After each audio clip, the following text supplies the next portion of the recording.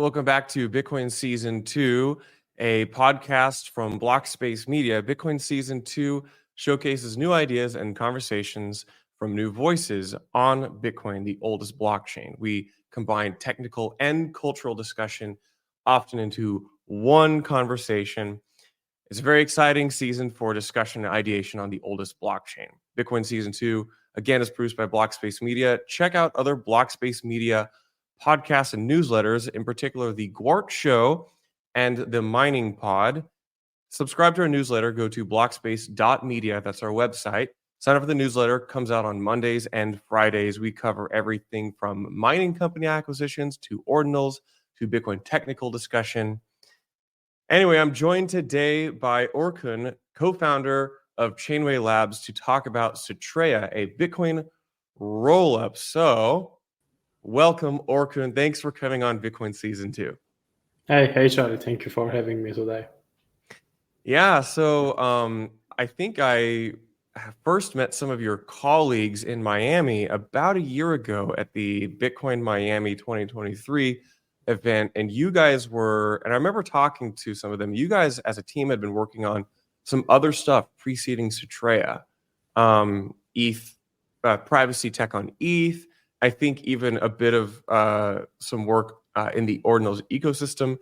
Can you talk to me about like some context of where you and the Citrea team came from before really finding your niche in the and working and launching on Citrea? Yeah. So as a team, actually, we co-founded the company 2 years ago. I'm one of 4 co-founders and the CEO of the company. But 2 years ago, we actually started building privacy technology on EVM chains. We built one of the most innovative solutions called proof of innocence and privacy pools. And then later, early next year, just like everyone else, we discovered Ordinals. And maybe we was a little bit earlier than others. There was only like around 100 inscriptions at the mainnet, and we had the like Bitcoin node in our office. So we immediately indexed our software, which was very fast back then. And then we tried to like inscribe several things and realized the user experience is not that great. So we said we can easily build a wallet around it. It wasn't that easy, but we built a wallet in a month. So we released Ordinal Safe. It was one of the first Ordinals wallets. And I think it's still the like only wallet that supports trustless inscriptions and like BIP signing stuff.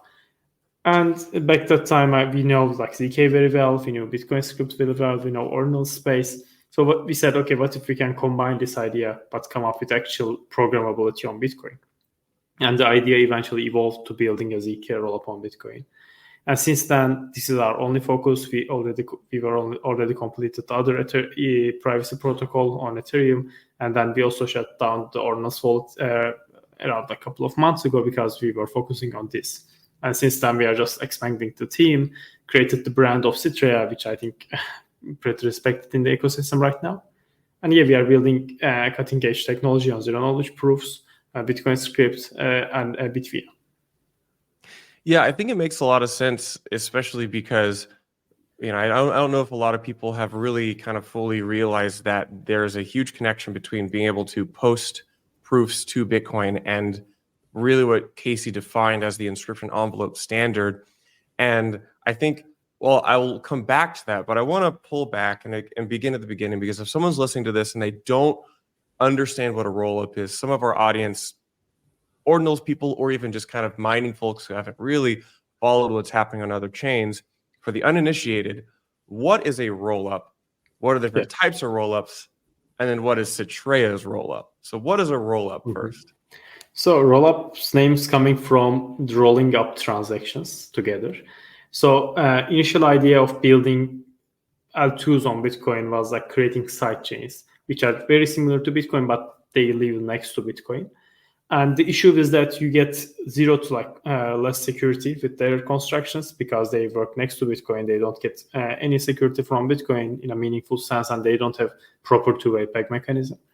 And the rollup idea was born in Ethereum ecosystem mainly because, and they said, okay, what if we can actually combine these transactions together, even with a ZK proof or a fraud proof, which I can explain them, rolling all the transactions in a single succinct thing. And then what if we can verify this thing in Ethereum?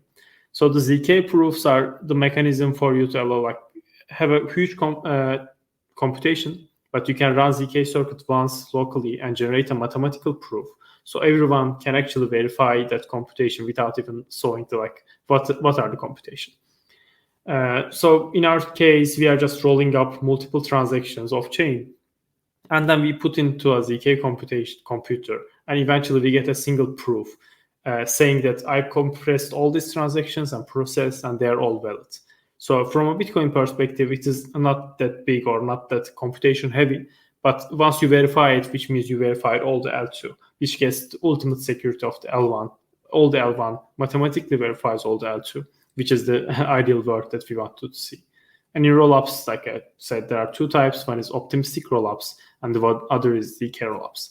And what we are building is kind of like something in between, because in Bitcoin, there is no proper optimistic rollup solution or no proper ZK rollup solution. But what we are building is, it works just like a ZK rollup, but the verification part becomes optimistic thanks to BitVM. So we are settling optimistically on Bitcoin and have this trust minimized two-way peg mechanism, but the rest of the rollup just proves every single transaction and inscribes the transaction data of the proof to Bitcoin. So anyone can just take a look, verify the proof locally, and move on. Yeah, and so you say at a high level, your Citrea sits a little bit somewhere in between this optimistic and ZK rollup.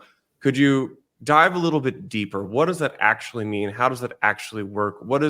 I know I read the documentation in the blog, and you're still working on the fully building out the implementation, but could you talk more about really how it differentiates from the existing rollup proposals and architecture out there? Yeah. So in Bitcoin, I don't think there are other rollups actually built on Bitcoin, but the rollup has a single criteria that has to use the underlying chain's data availability. So it has to inscribe enough data to underlying chain, which is either full transactional data or proofs. What we do is proofs. And the difference is in Ethereum, you have Turing-complete base layer, so you can easily build ZK rollup or optimistic rollup. But in here, we are dealing with a very limited scope of scripts.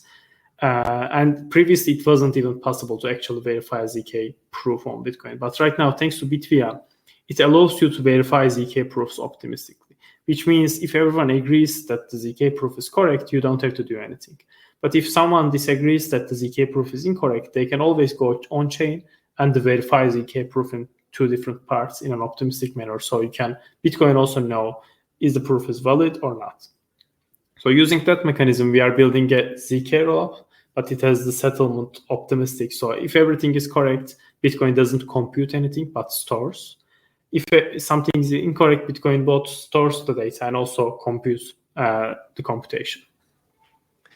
So it's really interesting to think about how we're, a year ago today, no one was even talking about how rollups were really possible. Well, maybe a handful of researchers were, but it was still this big idea.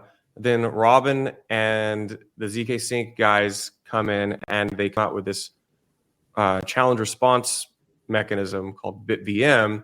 BitVM has been in development for a while. We'll come back to BitVM in a moment, but I want to focus right now. I think what I haven't heard you talk about, or really many people talk about in the rollup space, rollup on Bitcoin space, is just how this relies or is downstream of Casey Rodamore's idea of creating this enveloping mechanism to post data on Bitcoin. Yeah. I know that, again, you guys are still working the actual implementation, but I guess my first question is, are you guys just going to use the exact same inscription envelope that Casey defines, or are you exploring other types of ways of packaging and posting this data to Bitcoin? Yeah. So the rollup itself has a definition, like I said, it has to use L1 blockchain as a data layer. So it has to store its data on L1. And previously, then Casey's invention, that it wasn't possible to store data more than 80 bytes, right? You could only store OP return, which is limited by the 80 bytes, and no one could actually store anything meaningful. They just store hashes.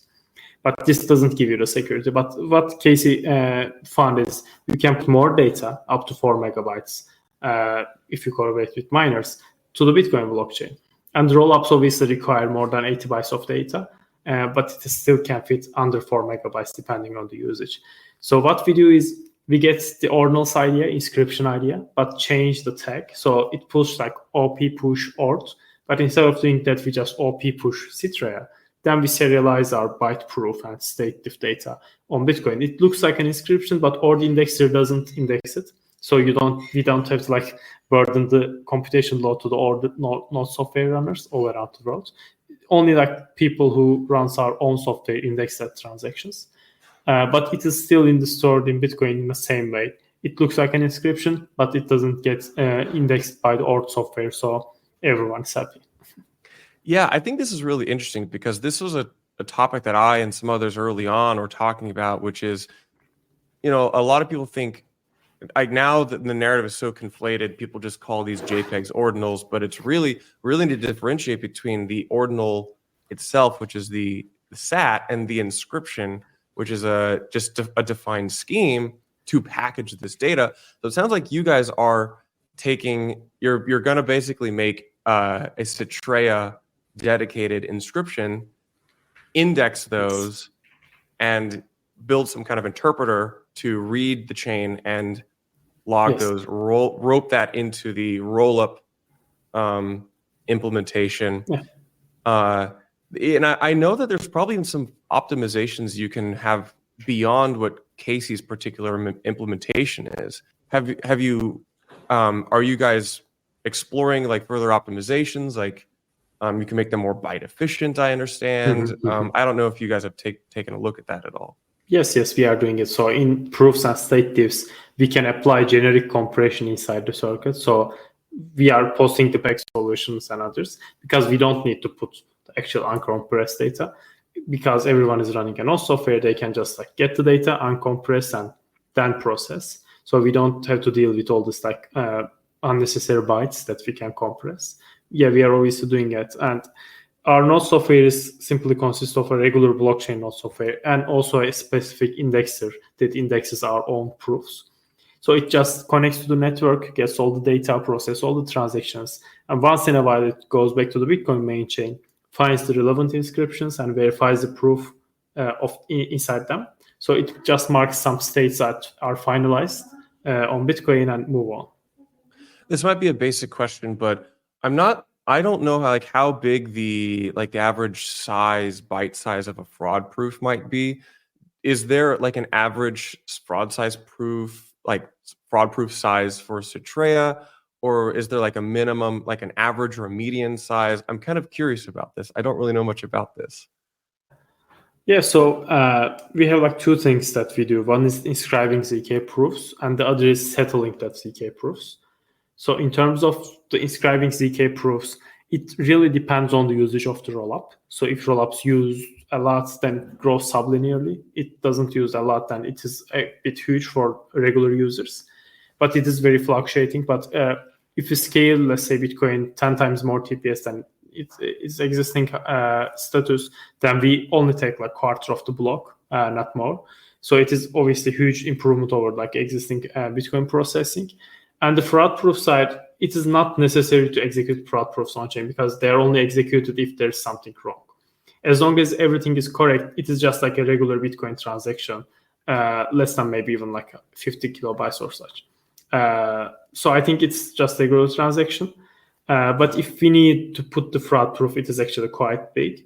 It maybe take a whole block. But like I said, it won't ever get executed for most of the rollups because there's no reason to like fraud because you will get slashed. Yeah. So we may come back to this, like the Blockspace usage component. I think that's a very interesting topic in and of itself. But let's move on to this bridge design.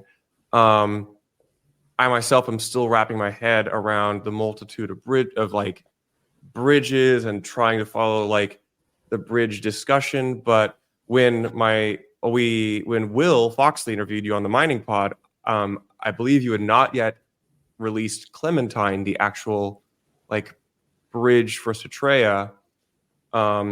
And can you just talk to me just about how Clementine works, just at a high level? Yeah, for sure. So initially, once like BitVM paper came out around October, I think last year, we realized the main potential for it is just to build bridges, because okay, it's a very good like channel connection, but you cannot do much with channels as we see on like Lightning and other channel implementations. But what if we can build a bridge? And we just like fly to the Bitcoin Amsterdam and met with Robin there, ask some questions and like get some ideas to how to build a bridge. And initially he sketched some bridge design, and we took that design and started working on it. And the Clementine is a BitVM based bridge, but it is only an alternative BitVM based bridge. So BitVM itself is not a bridge. I think most people confuse that thing. BitVM just provides a base to build bridges. We have a bridge design called Clementine. Robin has a bridge design called BitVM based bridge, and SuperTestnet has another design called Uniswap. And I think a couple of folks also working on other designs. So in Clementine, what we do is BitVM allows you to get this one-of-n assumption, as long as your light client in it also has one-of-n or like trustless assumptions. So what we do is we just aggregate these proofs from Bitcoin that we previously inscribed and merge them together in a like recursive ZK proof. So eventually you have a single proof that verifies whole Citrea state. That's I think one of the key innovations that we did. We aggregate these proofs together so that the verification becomes much more easy in BitVM. And then in BitVM, we verify this proof alongside with multiple other stuff, which are mainly withdrawal proofs. So in Clementine, most of the BitVM-based bridge, excluding Uniswap, for example, what happens is you simply deposit your Bitcoin, and it got signed with something called connector UTXO. It connects that UTXO with the logic of the BitVM program so that no one can unauthorizedly spend that UTXO. And while withdrawing, operator covers this cost of people who are withdrawing from the chain, from his pocket, and then later it goes on chain, first off chain, then if necessary on chain, and says, I aggregated all these proofs. This is the latest Citrea proof. And I did all the withdrawals, and these are the proofs for withdrawals. And once all the verifiers are verified as proof, they simply sign a transaction and pay back the operator. But if they disagree, for example, the disagreement can cause from operator missed one withdrawal. It didn't cover a withdrawal specifically, and they can always go on chain and put a fraud proof saying that you didn't cover this withdrawal, you are not eligible for this amount, so I'm slashing you. That's very, very simply how Clementine works. But we have code available on GitHub. We have a blog post dedicated how Clementine works. It obviously changed a lot over the time, because there was there's a BitVM 2, which we inherit some properties, but it is still most valid design that people can now read and even contribute. Yeah, one of the like initially one of the criticisms of BitVM was like it's a cool idea. The fraud proof process is so impractical, but we've seen BitVM 2 come out, which dramatically reduces the fraud proof size to is it 2 blocks or 2 megabytes? I forget. So in one transaction you can disprove something. Before that it was 40 transactions. Yeah, so and those have to be there's a sequential transactions after one another. Yes, in the worst case in BitVM 1 you have to do 40 transactions on chain to actually find the fraud. But right now, what Robin does is very tricky stuff with signatures and intermediary steps. And right now, within a one transaction, you can show that a computation done incorrectly. And do you think? I mean, this is typically the case where new idea comes out. It's we kind of wonder how does it implement the current implementation out the gate is kind of clunky. But we've seen in just 6 months dramatic improvement on BitVM efficiency. Do you think we'll continue to see this? I would imagine that as you guys work on the implementation and as BitVM research progresses forwards, we'll see further improvements. What are your thoughts on the trajectory of BitVM? Do we reach a point where BitVM actually becomes incredibly practical, from a block space efficiency perspective? Mm-hmm. Yeah, so like you said, it become dramatically improved over the last 6 months. It was previously gates, non-gates, you do all the gate stuff and people couldn't understand what it means. Then they find a way to build instruction set, which becomes developing much more easy. And now they completely shifted towards a ZK verifier built natively. So yeah, it is improving a lot, to be honest. Our long-term goal is to have a ZK verifying base layer. without fraud proofs, obviously. And if we can do it with a simple opcode, it is much more better than to take whole block space. So long-term goal for our company is to like somehow get ZK verification done on the L1 natively. But if not, I think BitVM will continue to improve. Right now, we have like one fraud-proof transaction, and so in 2 transactions you can settle whole L2, but it can take too much block. And I believe there will be further improvisations on script size to reduce this, maybe even to 1 transaction. If not, it can still make the script size smaller for the 2 transactions. So where would you say, I don't know if you're even able to evaluate this, but where would you say you are in the implementation process for this ZK proof and the bridge design? Yeah, so like you said, we have 2 components. One is the Citrea code base, which is sequencer, full node, and prover, and the other is the Clementine, and it is dependent on the BitVM. So we are one of the largest contributor of BitVM right now, and Clementine is also doing great progress. So testnet is coming very, very soon, I should say that. And other than that, the node software is like becoming much more production ready over the time. And Clementine, we are exploring new ideas, adding some new features. It is growing a lot, but on the other side, BitVM also making very like huge progress with thanks to like all side contributors. And we hope that like in a couple of months, it will become fully stable to deploy everywhere. Not production ready, most probably. Some people maybe even take risks, or some like us will wait for audits, or even maybe like do some audits internally. But yeah, I think we are improving drastically, and it is all open source. Everyone can visit, and they can just like see what's been built so far. So one of the challenges, and this has been part of the BitVM discussion, and really a lot of the discussion on any kind of off-chain bridge, is the complexity and challenge of liquidity requirements. Because I see in the Citrea, in the Clementine implementation, you can only have set UTXO sizes. Use the example of 1 BTC.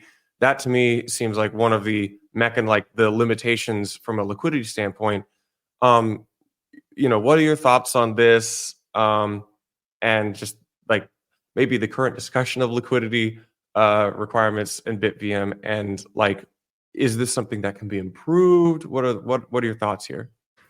Yeah, I think like liquidity management is obviously some limitation that BitVMs right now brings. BitVM-based bridges bring, like Clementine, but it is still way, way better than like how Lightning and Arc version 1 works, because it is like fully over-collateralized, getting payment channel done. But right now we are just depositing, and you need to find the liquidity once it is needed. And as an operator, you can find the liquidity, and if not, you just replace by some other operator.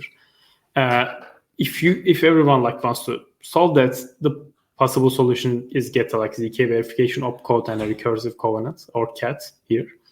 If we get that, we can get fully trusted rollups, which are obviously I think everyone will want in the near future. But right now, this is one of the main limitations that we have. But as a team, we are working hard to mitigate the risk. With providing, getting like liquidity providers, getting all the, like deals done to provide liquidity if necessary. But in practice, I don't see this will ever happen. But if it happens, we will always have some insurance ready. Yeah, we could just skip right to, you mentioned getting new opcodes in, one being a ZK proof verifier, and then one being something like opcat. I'm kind of curious on, I'll just jump right to the ZK proof verify, because until recently, I hadn't done enough research. I thought, oh yeah, there's just one kind of ZK proof verifier, but no, this is a conversation in development. Yeah. Do you guys have a proposed ZK proof verifier, or are you kind of in the R&D stage? Where's your head on this? Yeah, it is internally in R&D stage, but yeah, there are multiple proof types in the world, maybe like even more than 100 it can be. Each is like very different than other. But I think for Bitcoin, with like a working group that we can include more people, we will come up with a universal proof system that every proof can eventually be represented.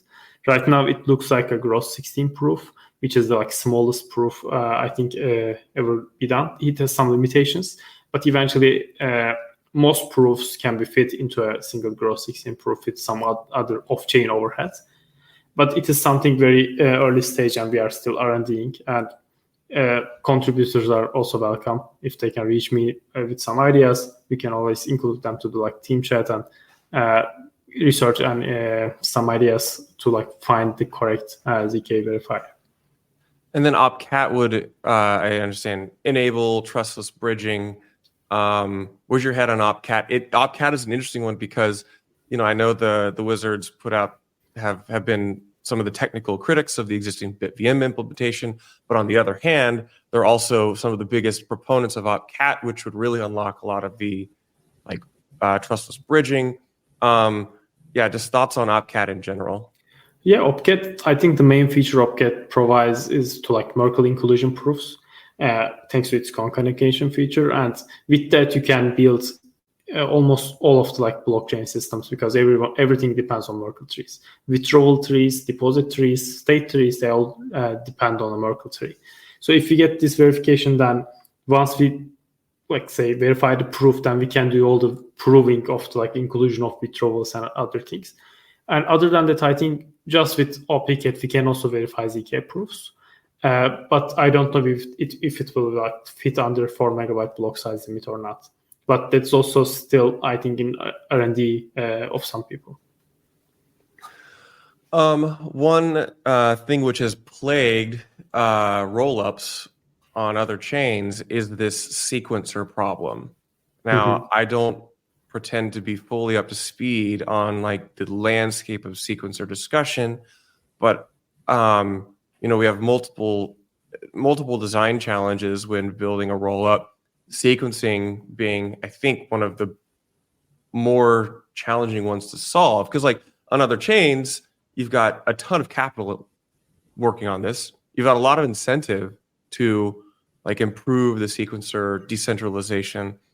I guess the first question is, do you think that there are decentralized sequencers out there on other chains? And then are there ways that Citrea could implement sufficiently decentralized or fully decentralized sequencing? What's this conversation look like? So I think the main thing right now, people focus on more the like security of the ZK proving and like fraud proofing systems, not the sequencer, because sequencer eventually has to prove everything. So in practice and in theory, it cannot produce any invalid block. It can only reorg the chain for some time. That's a huge issue for sure. But initially, I think compared to like other things that we need to fix, it is something smaller. But yeah, we are still in R&D phase to how to decentralize sequencer. We have some internal proposals and experiments that we do with Tendermint consensus, how we can build a like peer-to-peer network between sequencers, and they can simply rotate the block production and have a consensus on soft blocks before proving the blocks. So it will give enough security for users with even the transaction volume is fairly large. And this is still in R&D phase. I know there are a couple of Ethereum projects right now spearheading this, like ZK Sync, I think is one of the like leading ones in here. But we are also looking to their R&D documentation and code to like how we can do and get this and like build on Bitcoin. So this is something that we are still discussing, and it's an important point to address. Yeah, so I've brought up rollups on other chains, and that it's interesting because it's coincided with a broader discussion, especially in Ethereum land, of like, what should Ethereum look like? Is this a rollup centric roadmap? What does this look like? But we're on Bitcoin now. Bitcoin provides more, I think, compelling decentralization arguments from a block production standpoint, although recently that's been an interesting sub conversation. We're going to pretend that didn't. We're going to roll the clock back a couple weeks. What do you think? How do you think rollups on Bitcoin? Actually, here's a better question. On the Gwart show, one of our other podcasts, Gwart was talking to Anatoly, the founder of Solana, and Anatoly says, quote, "I don't worry about another chain with 100 rollups. I worry about a chain with one rollup." What are your thoughts on this? Do we see a dominant rollup emerge on Bitcoin? What are your thoughts? So we are building the rollup first to actually like showcase what's been possible to build on rollups. With sidechains, we saw the low demand for that, like Stacks, Rootstock. For years they were kind of like ghost chain. They are mostly still ghost chains, and right now we are building one of the most like secure rollups and the most trust minimized L2 over there, except like channels like Lightning. And why we are building is simply provide some like ground for developers to build decentralized applications, Bitcoin-backed stablecoins, Bitcoin-backed loans, AMMs for BRC20 and like runes trading. And this will all become possible with Bitcoin security and using Bitcoin as a native token. So I think once people see that, they will become much more interested in getting some like rollups natively done on Bitcoin.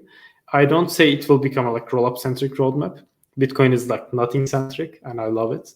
But we will see some improvements that can also improve rollups on Bitcoin. That's the goal. And on Bitcoin, I also see, before getting all this like enough flexibility on the L1 to build actually like fully trustless ZK rollups, I expect there will be one or two dominating rollups on Bitcoin, because, for example, BitVM based bridge, like you said, has some liquidity problem that needs to be addressed, and small rollups with like small teams, non-experienced team, they cannot simply operate these kind of rollups. So our goal is eventually provide a base for other rollups. So instead of building L2s rollups on Bitcoin, they can build L3s on Citrea. They will still get like same security of trust minimized Bitcoin, but they can use existing tooling around Ethereum and Cosmos to like simply deploy these rollups. So they don't have to deal with BitVM and other stuff. We are dealing with all of that. The long-term goal is to like make Citrea the base of Bitcoin programmability, and it will become a like foundation for the world's finance. We will bring DeFi, we will bring liquidity, and applications can simply build natively on L2. If they want to customize, they can go L3s and build there. That's a really good line in response to Ethereum's rollup centric roadmap is Bitcoin is nothing centric. That's a pretty banger line. And I would almost say maybe Anatoly thought he would be worried about if ETH had a single dominant rollup, but perhaps he should be watching out for Bitcoin in a future where there's some very effective rollups on Bitcoin. Yeah, like with enough work, I think you can improve a single rollup a lot. Like if we can bring parallelized EVM here, and we will bring multi-VM approach here, and we will bring volition model here. So after that point, it becomes like almost infinitely scalable for L2 users. It doesn't matter like how big is that user base, but they don't have to go with other rollups once we have provided these features. And I think, yes, I believe that one single rollup providing full technical things that it can provide is much more better than having 100 rollups right now, especially on Bitcoin. Yeah. So you say you say that it's very, very scalable. I'll try to be skeptical on this. Like, are there certainly there are current limitations to what we like current implementation scalability, but like, do you think that a well-designed rollup, given some of the right tools, perhaps the soft work, could be infinitely scalable or near infinitely scalable? Nothing is infinitely scalable. I wouldn't say that. I wouldn't say that line in this podcast, but I think with like correct technology, it can be scalable enough to accommodate all the L2 users. Some users will continue to use Bitcoin L1, and they should. But if you want to have more faster and cheaper environment, and also you want to have Bitcoin security, you will come to the rollup L2. And at some point, it will become scalable enough to accommodate all these users. I feel like a lot of my questions are saying, here's what rollups look like on other chains, and then what does something on Bitcoin look like? And I guess the other question is, and you hinted at this earlier, and I've heard you talk about this on other podcasts, is it looks like you're choosing to use a Bitcoin denominated base unit on Citrea, in contrast to the blockchains like Arbitrum and what all the other ones are, which have their own native token. Talk to me about. I think other Ethereum L2s also using ETH as their native token. Okay, they are. They also have other tokens who can facilitate the governance project. Exactly. Yeah, they do inject some tokenization in there. And what I hear you saying is that Citrea will likely not include any kind of tokenization. Citrea uses Bitcoin as the native token, so every application can work with Bitcoin. And I hear you say that's because, and I agree with this, that any introducing other tokens would compete with Bitcoin, the base layer asset, which is a losing battle. Could you just talk to me about the thought process behind that? Mm-hmm. Yeah, I agree with you. So there are runes, BRC20s, which are traded. They're mostly right now don't have any utility. And to be honest, 99% of the tokens probably has no utility. But there can be some tokens that can have utility. But as long as they don't compete with the base layer token like Bitcoin, they should facilitate their trades on the L2s so that we can use L1 more efficiently. That's my goal. And using Bitcoin as a native token allows us to do multiple things. Very easy onboarding from Bitcoin L1. Getting this paired with all BRC20s and runes to be traded on AMMs or order book dexes. And the third thing I think most people omitting is onboarding new people to Bitcoin. If you just open an L1 wallet, if you want to be fully safe, you will probably download one of the desktop wallets which looks very, very ugly. And you have to use that. You have to store your seed phrases. You have to do everything. But on Citrea, there will be account abstraction powered wallets, which can abstract all the complexities to the behind. So you can simply onboard users in a one click with less than 10 cent fees, maybe. They will buy their first Bitcoin here in a non-custodial way.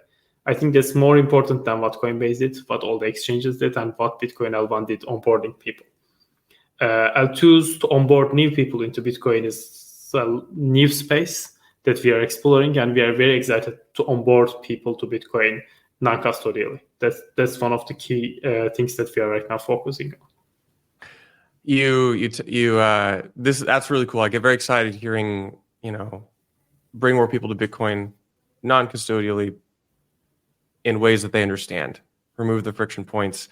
So I guess I'll start wrapping it up here. Where does Citrea go from here? You're working on the implementation. You are headed towards a testnet, you say. What do the next, say, 3 to 6 months look like? Yeah. So we just last week released our schedule to testnet, what we need to do before going to testnet. That's one of the things that we can link through. And the other thing is right now, product-wise, we are making a huge progress. Testnet is coming soon, and we are improving Clementine. We are contributing to BitVM. We are building the core Citrea software. But other than that, I also want to touch on why this is needed from a user perspective or everyday people perspective. Because we think that Bitcoin should be the full global money, right? Full unit money. So in order to have that, you actually build an economy around it. Just doing medium of exchange or store of value even, it doesn't provide you anything to onboard new people to here and replace USD and Euro dominance around the world. In order to be happen, people need to engage more with Bitcoin using their other assets they already have, like USDT and USDC and BRC20s and Rune. They should come here, they should buy their first Bitcoin, they should create an economy around Bitcoin so that it can become an actual currency that can in the long term compete with USD. In order to help that, you can build Bitcoin-backed stablecoins, which are pegged to dollar, but they doesn't have any actual backing in the bank. Or even maybe you can build stablecoins that is not pegged to anything. There's an interesting experiment on Ethereum happening called Reflexer, which acts like a token stablecoin, but it doesn't peg to any token. So it also performs very well against USD. And you can build it backed by Bitcoin. So it can, in the short term, it can even compete with USD globally. Options are unlimited that you can build on Citrea. That's why we are excited, besides all the products, cutting edge technology and other things. It does seem like, the Bitcoin season 2 really does seem to demonstrate that Ethereum may actually have been the test net. We just need to continue iterating on these ideas. Because there's like a lot since, of smart. since Ordinals, the progress is insane. Like you cannot Yeah. imagine. Like the progress is insane. I think no one has ever seen this kind of progress in any other ecosystem. Yeah, I mean, your boots on the ground. Like you are on the forefront of the research side. I think a lot of people in the Bitcoin, the legacy Bitcoin talking heads, not very technical largely, and then the legacy Web3 crypto people are not really Bitcoin. But there's only a handful of people like you, I would say, who are familiar with the developer ecosystem. You sound very optimistic about it. Like, are developers flocking to Bitcoin? Is this actually happening? Is the narrative true that this is happening? Like I think since last year, I have seen many folks from Istanbul, Turkey, where I based, shifting from other ecosystems to Bitcoin. They built Ordinals marketplaces, they built wallets, they are building infrastructure projects right now. They are preparing to build on Citrea. So in Turkey, it's like emerging country dealing with high inflation, like bad management. Turkish lira against Bitcoin almost zero. So we have like enough, I think, exposure to the local ecosystem to see that the growth's happening on Bitcoin, not only from the user and volume side, but also the development side. Well, that's really exciting. I love to hear that, Orkun. Thank you so much for joining me. Great conversation. I'm excited to check in on Citrea down the road in a few months and over the course as you guys go to testnet and mainnet. So yeah, I really enjoyed the conversation, both technical and non-technical stuff. And Citrea.xyz is where you can follow all the like socials and other stuff. And if you want to build on Citrea, if you want to use Citrea, just ping me and I would love to like help you through all the process. All right. Thank you so much. We will circle back in a while. Thank you so much for joining Bitcoin Season 2. Make sure to check out other Blockspace Media podcasts, The Gwart Show, The Mining Pod. Subscribe to the newsletter and follow our social media. You can listen to this podcast anywhere podcasts are streamed, Spotify, Apple, and on video on YouTube. We also do a live stream typically Thursday evenings, which is a more topical quick hits. What are people in the Bitcoin and Ordinals ecosystem talking about? Without further ado, thank you so much for joining me for Bitcoin Season 2.